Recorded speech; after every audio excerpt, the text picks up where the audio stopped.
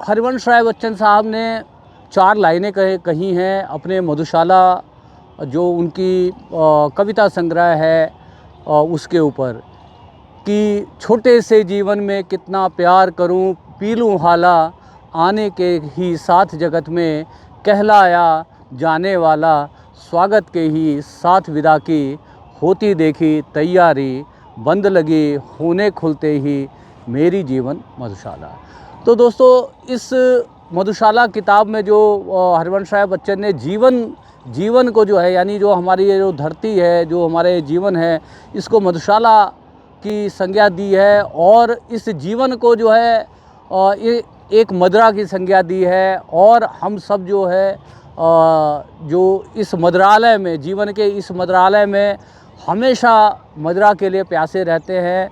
और जैसा कि कविवर कहते हैं कि जैसे ही हम जन्म लेते हैं वैसे ही हम मृत्युलोक में प्रवेश करते हैं, और जो भी मृत्युलोक में आता है उसका जाना तय है। तो कवि कह रहा है कि स्वागत के ही साथ विदा की, होती देखी तैयारी, बंद लगी होने खुलते ही मेरी जीवन मधुशाला। तो दोस्तों हम जिस जीवन का उत्सव मनाते हैं, रोते रोते इस जीवन में आते हैं। हमारे जीवंतता का एक, जब बच्चा पैदा होता है तो उसके जीवित होने का प्रमाण ये होता है कि जब तक बच्चा रोता नहीं तब तक जो है डॉक्टर की सांस जो है अटकी रहती है। तो जीवन का जो है जीवंतता का प्रमाण माना जाता है रोने को। तो हम रोते हुए इस ज़माने में आते हैं और एक दिन पंच तत्व से बना हमारा ये शरीर जो है इसी पंच तत्व में विलीन हो जाने वाला है। हमारे ठीक पीछे आप देखेंगे बहुत सारी चिताएं जल रही हैं। अमूमन यमुना के किनारे या नदियों के किनारे अंतिम क्रिया करने का प्रावधान जो हमारे पर्वतीय क्षेत्र के लोग हैं, उत्तराखंड के लोग हैं, वो लोग जो है नदियों के किनारे ही अंत्येष्टि करते हैं।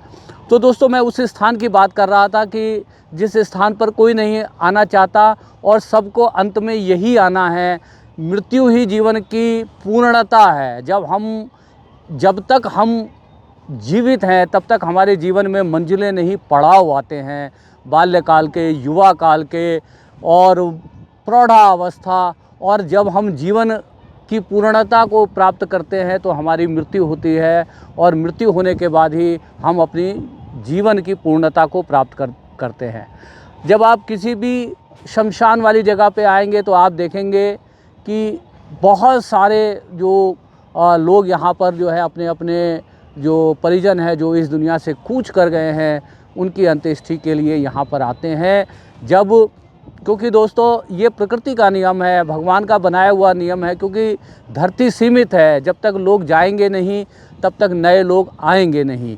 यदि लोग जाएंगे नहीं तो यहाँ पर और अतिरिक्त जगह नहीं बनेगी, तो इस छोटी सी पृथ्वी पर इतने लोग रहेंगे कैसे। तो ये प्रकृति का प्रावधान है कि जिसको भी इस जीवन में जन्म लेता है उसकी मृत्यु होनी निश्चित है, और यही हमारा अंतिम स्थान है। और इसी अंतिम स्थान पर आकर के सबको ऐसा लगता है, जीवन की क्षणभंगुरता का एहसास होता है कि हम सभी एक ना एक दिन इसी पंचतत्व में विलीन हो जाने वाले हैं। तो दोस्तों मैं बात करने वाला था ऐसे लोगों की, हम और आप जिनके जो है परिजन हैं, जब हम आप या हमारे से जुड़े लोग जीवन से कूच कर जाते हैं, जिन देहावसान हो जाता है, गुजर जाते हैं, तो 4 कंधों की सवारी पर यहाँ पर जो है पहुँचते हैं। मगर बहुत सारे ऐसे लोग हैं जिन्हें ये 4 कंधे नसीब नहीं होते, जिनका कोई नहीं होता, अनाथ होते हैं, जिनको कोई देखने वाला नहीं होता, लावारिस होते हैं।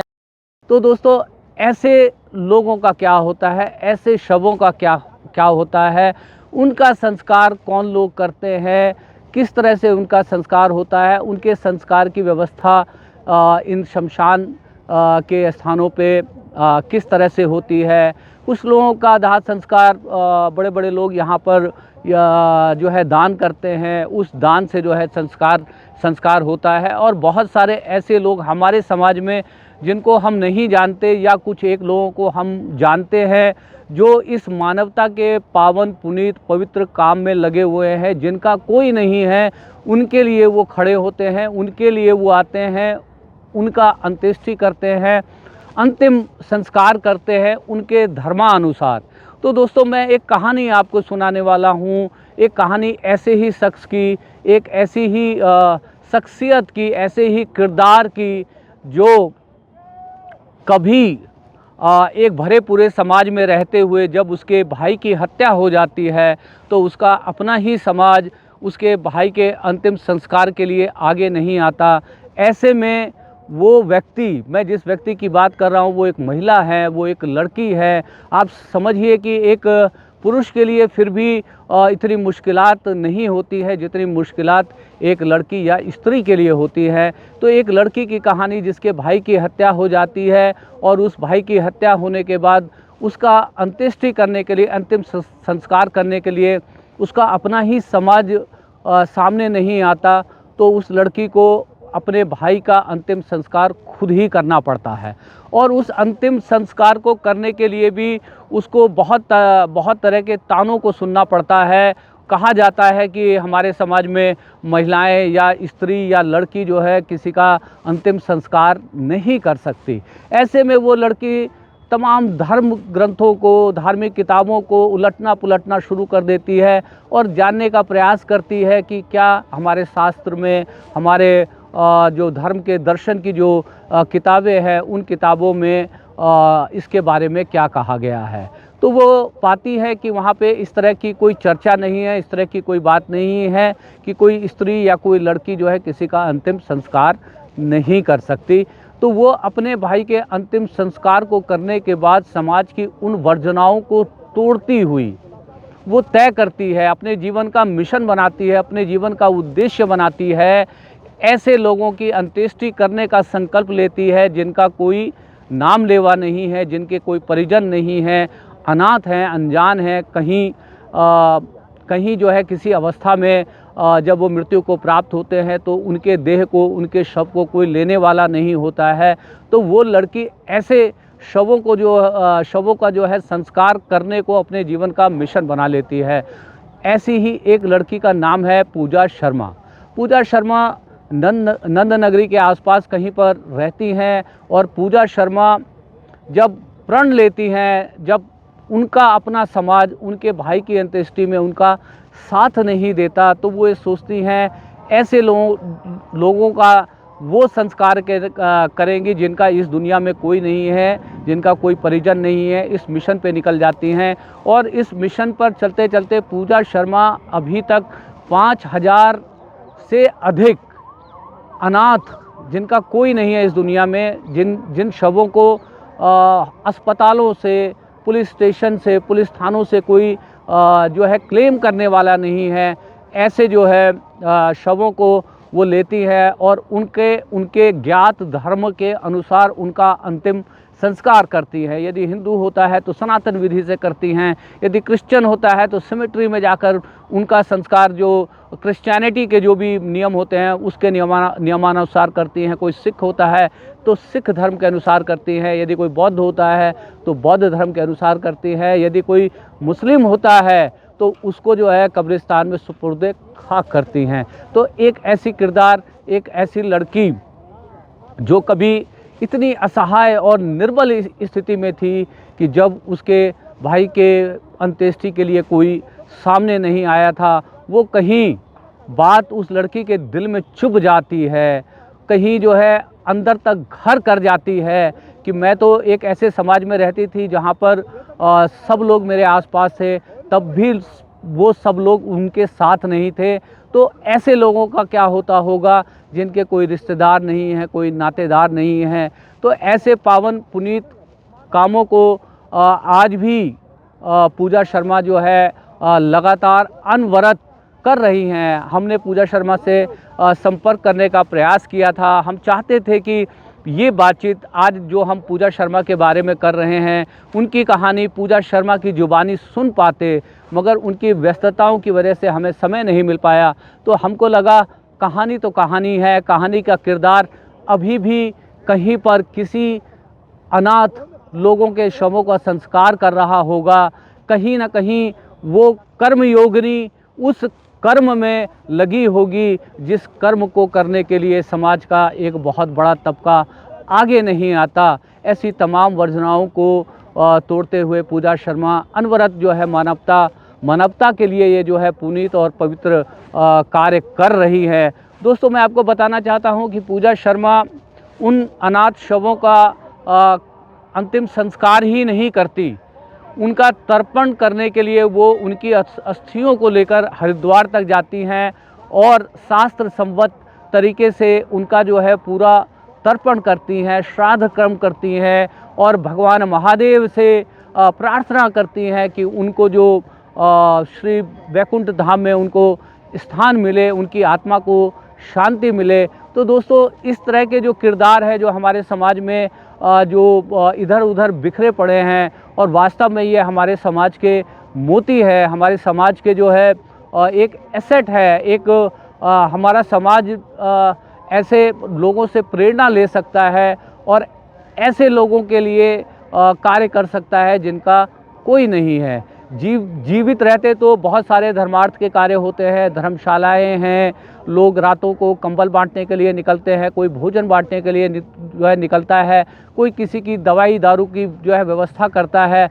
मगर जो मर जाने के बाद जो अंतिम गति होती है, जिसको सदगति होती है, उन अनाथ लोगों को वो सदगति प्राप्त हो पाए, उस प्राप्ति के कार्य में पूजा शर्मा अनवरत लगी हुई हैं। अभी भी जब हम ये वीडियो निगम बोध घाट के यमुना के किनारे पर शूट कर रहे हैं, उस समय भी पूजा शर्मा कहीं ना कहीं कुछ शवों का अंतिम संस्कार जो है कर रही होंगी। तो दोस्तों, ये हमारा एक छोटा सा प्रयास था ये आप लोगों को बताने का कि हमारे समाज में ऐसे पूजा शर्मा जैसे कितनी ही जो मोतियां है, जो अपने सीप से निकल करके समाज में इस तरह के जो है प्रेरक कार्य कर रही हैं, मानवता की सेवा कर रही हैं और हम लोग को भी कहीं ना कहीं जो है प्रेरणा दे रही है।